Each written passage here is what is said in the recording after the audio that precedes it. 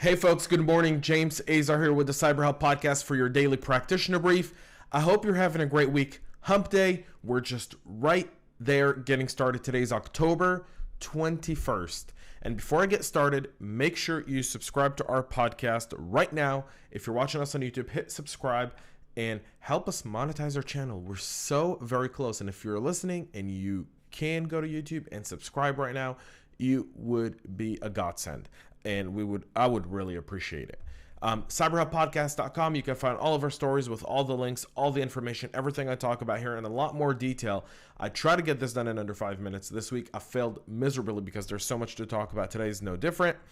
Without further ado, let's get right into what's happening today for me as a CISO. And again, I do these practitioner briefs because this is what I do as a CISO every single morning. I get down, I sit down, I make myself a espresso, and I sit down and I go through all my threat intel, all the different stories that are out there, and I go, what's really important for me today to monitor, to follow up on, to talk to my team about in order to have a better security posture. So let's get right into it. Google patches an actively exploited zero-day bug in the Chrome browser. Google released an update to its Chrome browser that patches a zero-day vulnerability in the software's free type font rendering library that was actively being exploited in the wild.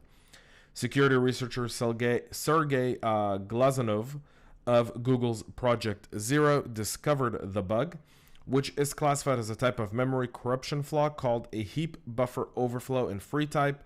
Glazunov informed Google of the vulnerability on Monday of this week. Project Zero is an internal security team at the company aimed at finding zero-day vulnerabilities.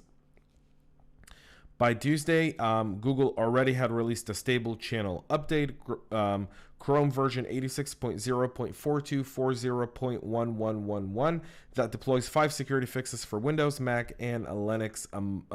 Among them, a fix for the zero day, which is tracked as CVE 2020-15-999, and it is rated as high risk.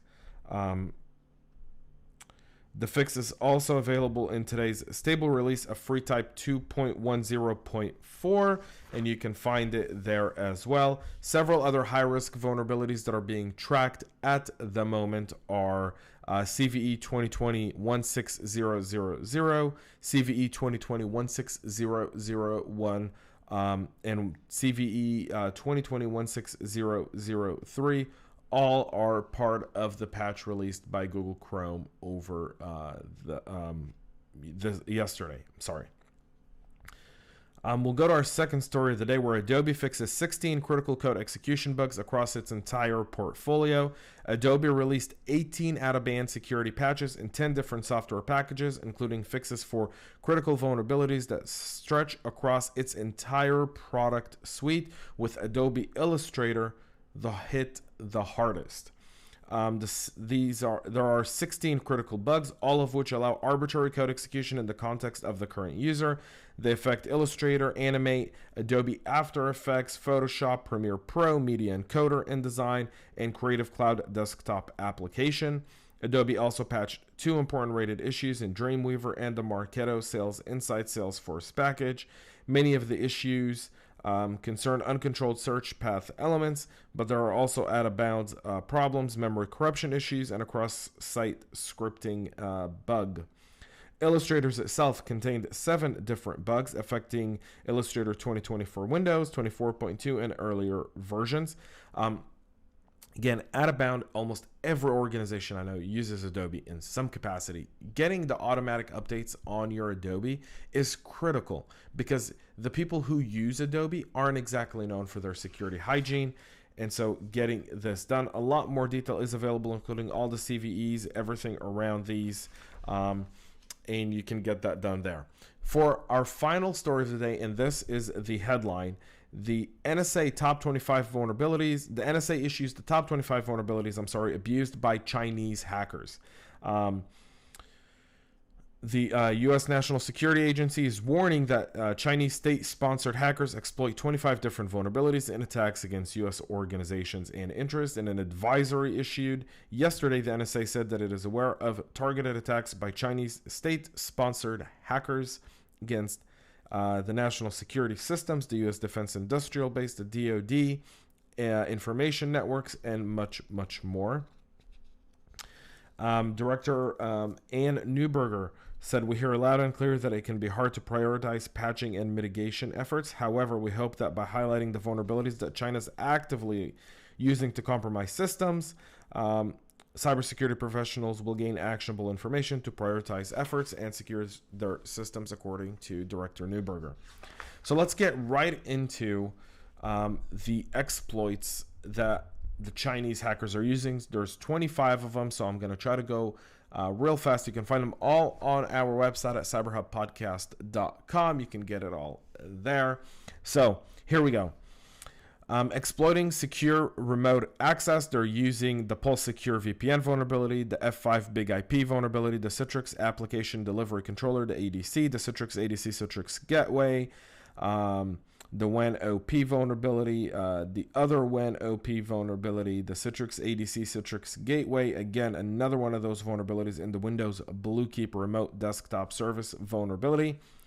They're exploiting mobile device management vulnerabilities, which is the remote code execution in the mobile iron system we talked about earlier this week. Active Directory, the zero logon, net logon critical vulnerability that we've been talking about for 2 weeks. A Windows NTLM vulnerability.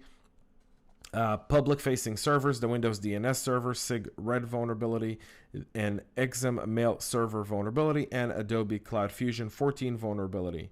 Exploiting internal servers, they're taking advantage of a Microsoft Exchange vulnerability, CVE 2020-0688.